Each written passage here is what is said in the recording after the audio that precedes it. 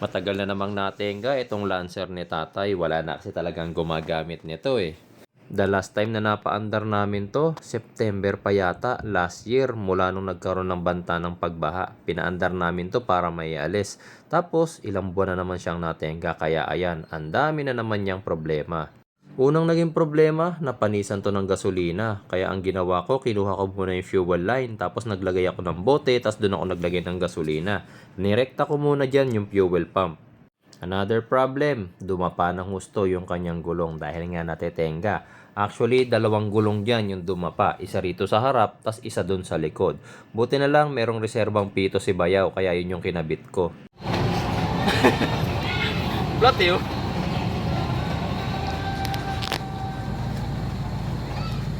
Super flat. Lagyan muna natin ng sealant. Bago natin lagyan ng... Busin na natin isang bote. Total dapang-dapa yung gulong. Tapos tsaka natin i-inflator. Meron tayong inflator dito, tapos nakasaksak siya rito sa power station natin. Another problem, dahil nga napanisan ng gasolina pati yung ating carburetor, nanikit din yung kanyang pinaka-throttle o yung tinatawag ng iba na butterfly. Kaya ito, ginawa ko muna, ginalaw-galaw ko muna yan para kahit papano matanggal siya sa pagkaka-stuck. Nung okay na, kinabit ko na rin yung kanyang battery cable para matesting natin kung aandar na yung makina. Okay. Okay. Nako, ayaw niyang mag-start. Kung naririnig nyo, parang pumipitik-pitik lang yung ating solenoid ng starter, di ba? Pero hindi mahina ang baterya natin mga bossing, napakalakas ng baterya na yan. Actually, kahit 2SM lang yan, kaya niyang paandarin yung ating Pajero. Pero dito sa Lancer, ayaw niya. So tingin ko, ang problema rito is yung mismong starter. Sure ako na starter ang problema nito dahil bago rin matenga ang Lancer ni tatay, medyo pumapalya-palya na talaga ang starter nito.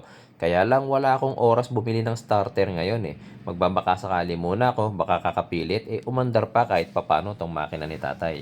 Siya nga pala guys, hindi ko napakita sa inyo kanina, ang carburetor type na kagaya nito, pag matagal natetenga, natutuyuan ng gasolina yung carb. Kaya ngayon, ang ginagawa ko, ini-enjikan ko siya ng gasolina. Ayan. Para if ever na makisama yung starter, makatulong agad yung gasolina na mapaandar yung makina. Medyo pinahirapan talaga kami nitong starter at dito kami tumagal. Pero kakapilit, ayan, at umandar din siya.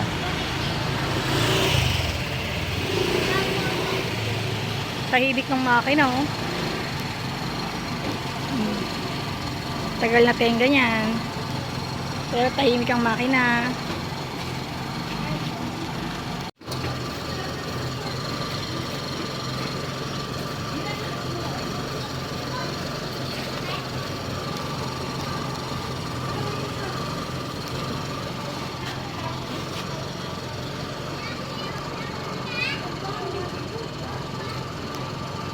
Hinayaan ko munang umandar yung makina hanggang sa uminit para maobserbahan ko rin kung papangit ba yung andar ng makina natin. Kapag hindi, ang ibig sabihin, hindi naapektuhan yung ating carburetor nung napanis na gasolina. Meron pa akong isang ipapakita sa inyo guys na isang naaapektuhan kapag matagal na nai-stack ang isang sasakyan. Inangat ko muna dito yung harap na parte ng sasakyan namin. Pag ganitong natitenga ang sasakyan ng matagal, isa sa naaapektuhan guys, yung preno, naninikit. Kaya inangat ko yan para mapaandar sana yung mismong gulong. Kaya lang, nung paandarin ko na, namatay na naman yung makina. Balik na naman ako dun sa unang problema, yung starter na ayaw makisama.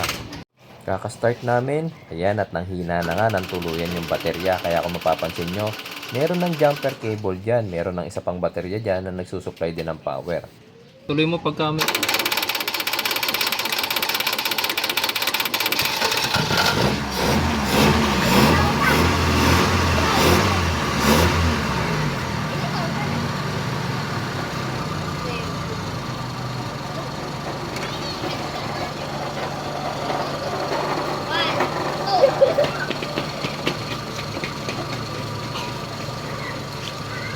ilan natin, hindi mo lang. Nung sigurado na akong mainit na talaga yung makina, doon ko na inattempt na paandarin yung mismong gulong sa harap.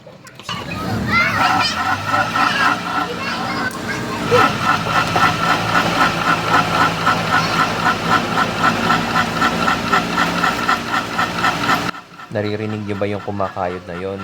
Yes, yan na nga po yung ating brake pads na nanikit doon na sa ating rotor. Medyo pumihit na siya pero tignan nyo, pag binitawan ko yung accelerator, umiipit agad siya. Ang ibig sabihin talagang masyado siyang dikit yung brake pads doon sa ating rotor, kaya kailangan natin to malinisan. Dahil natanggal na natin sa pagkaka-stock yung mga preno, tapos nabombahan ko na naman yung mga gulong, yung sinusubukan ko lang i-atras abante. Yung paraan na to ay makakatulong para medyo lumog pa yung ating preno at mabawasan din yung pagkaka-stock niya.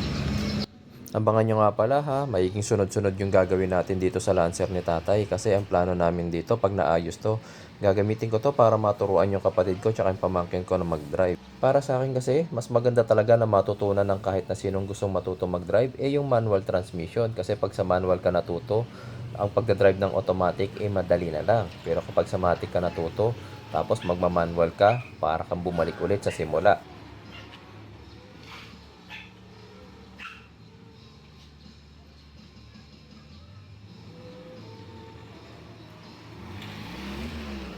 Matagal na namang natenga itong Lancer ni Tatay. Wala na kasi talagang gumagamit nito eh. The last time na napaandar namin to, September pa yata, last year, mula nung nagkaroon ng banta ng pagbaha. Pinaandar namin to para may alis. Tapos, ilang buwan na naman siyang natenga, kaya ayan, ang dami na naman niyang problema.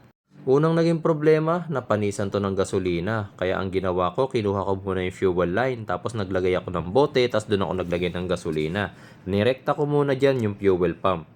Another problem, dumapa ng husto yung kanyang gulong dahil nga natetenga. Actually, dalawang gulong dyan yung dumapa. Isa rito sa harap, tas isa dun sa likod. Buti na lang merong reserbang pito si Bayaw, kaya yun yung kinabit ko. Flat yun.